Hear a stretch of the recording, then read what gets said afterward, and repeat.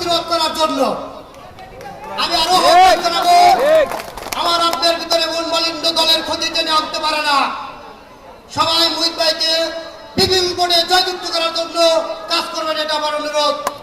আর আওয়ামী লীগের প্রেতাত্মাদের আমি উদ্দেশ্য করে বলতে চাই, আজকে যুক্তরাষ্ট্র নির্বাচনে ডোনাল্ড ট্রাম্প নির্বাচিত হয়েছে।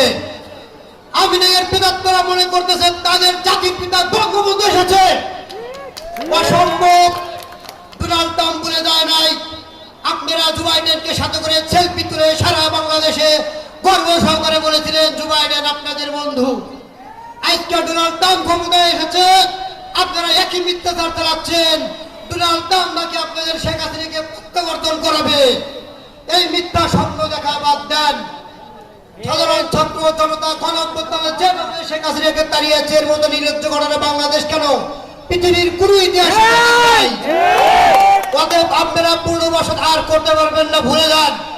আর যদি করতে চান, আমরা সর্ব বিএনপির সহযোগী সংগঠন মিলে আপনাদেরকে দাঁত ভাঙা জবাব দেবো ইনশাআল্লাহ। সংগ্রামী বন্ধুগণ, সবার একভাবে কাজ করার দেওয়ার আহ্বান জানিয়ে আমার সংক্ষিপ্ত বক্তব্য আমি এখানে শেষ করছি। ইউনিয়নবাসী বলিষ্ঠ কণ্ঠে বলতে চাই, মূল ভাইয়ের হাত ছেড়ে শক্তিশালী করতে আমরা অতীতে যেভাবে রাজপথে ছিলাম ঠিক একইভাবে রাজপথে থাকবো। কোন কুচক্রী মহলকে এই ইউনিয়নে জায়গা